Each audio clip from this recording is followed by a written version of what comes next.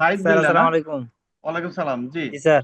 যে আপনি পরিচয়টা দেন আগে, কোথেকে বলছেন? স্যার আমার আমার নাম সাইদ বিল্লাহ, আমি দুবাই থেকে বলছি আর কি। দুবাইতে থাকি। দুবাই এটা থেকে আমি বলছেন না? আহ, জি জি স্যার, সিপি আমার এমনি 108 কম্পিউটার সম্বন্ধে। 43 কোড নাম্বার। জি জি জি। আচ্ছা। জি জি স্যার। ও আচ্ছা আচ্ছা, ধন্যবাদ। এখন বলেন স্যার কিসের কাজ পেয়েছেন? এটা স্যার একটা ফেসবুক লোগো আর একটা ফেসবুক কভার পেজ আর কি। আচ্ছা আচ্ছা। এটা কাজ পেয়েছেন, এই যে সরি, দেখেন কভার ফটো। আপনাদের কভার ফটো, এই যে আপনাদেরকে যে আসলে প্রিমিয়াম কোর্সে যে গ্রাফিক ডিজাইন শেখানো হয়েছে, এটা লাভ হয়েছে না?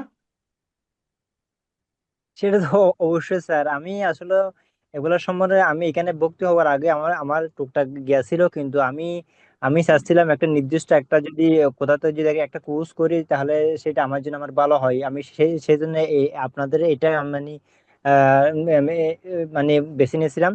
বেছে নেওয়ার পর এখান থেকে যখন ক্লাস করেছি তখন আমার মধ্যে একটা আত্মবিশ্বাস আসছে, আমি আমি এখান থেকে কিছু একটা করতে পারবো। আচ্ছা তারপর এখান থেকে যখন শিখছি গ্রাফিক ডিজাইন, এখান থেকে শেখার পরে আমি তখন আমার ফ্রেন্ড সার্কেল যারা আছে, আমার প্রতিবেশী যারা আছে, আমি তাদের কাছে আমি আমার সম্পর্কে কিছু জানাই। মানে আমি কি কি সম্পর্কে আমি আমি জানি, কি কোন কোন কাজগুলো আমি জানি, সেগুলো আমি তাদেরকে বলছি। বলার পরে এটা একজন আরেকজনের থেকে বলতে বলতে একজন আমার একদিন হঠাৎ করে আমাকে আমার নাম্বার নিয়েছিল। নাম্বার নেওয়ার পর আমার একটা বই দিছে হাতে, সাইড ভাই আমার একটা ফেসবুক পেজ আমি খুলবো, সেটার জন্য আমার জন্য একটা লোগো আর একটা কভার ফটো বানিয়ে দিতে হবে। আচ্ছা। তারপরে আমি জি, তো আমাকে বলা হতো এটা গিয়া করতে এটা করতে কত টাকা লাগবে। তো আমি বলছি, আমি প্রথমে আমি তখন হঠাৎ করে কিছু বলি না। তারপর আমি আমাদের আশেপাশে থাকে, একটু একটু দূরে, আমি একদিন ওর সাথে দেখা করি। দেখা করার পরে তার আমি ওরে মানে আগে মানে ফাইবারের মধ্যে আমি ঢুকছি। ঢুকার পর আমি ওনাকে একটা জিনিস দেখাইছি, আমি দেখেন এখানে একটা লোগো বানা দিতে, মানে একটা লোগো বা একটা কভার পেজ বানা দিতে কত টাকা পর্যন্ত নেয়, এরকম একটা কিছু ইয়া করছি আমি জি ওরে, মানে ওর থেকে যেন আমার উপরে যেন একটা আত্মবিশ্বাস মানে আসে। জি সেই জি। জন্য আমি ওকে আমি ফাইবার থেকে কিছু একটা জিনিস দেখাইছি। দেখানোর পর আমি ওরে বলছি, ঠিক আছে, সমস্যা নাই, আমি হ্যাঁ। আপনাকে একটা লোগো আর একটা ব্যানার আমি আপনাকে বানা দিব।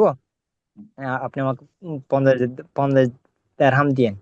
আচ্ছা আচ্ছা। এরকম বলার পরে ও বলে, আচ্ছা ঠিক আছে, আচ্ছা ঠিক আছে, সমস্যা নেই, আমি হয়তো আপনাকে 50 দিরহামও দিব।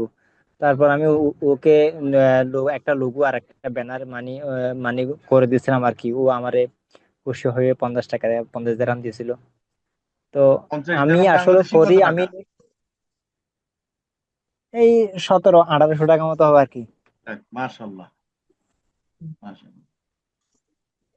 তো আসলে স্যার আমার একটা মানে আমার পরিপূর্ণ একটা বিশ্বাস, একটা আত্মবিশ্বাস চলে আসছে। এটা আমি জি এখান থেকে কিছু একটা শিখেছি এবং আরো বেশি শিখতে পারবো। হয়তো জি।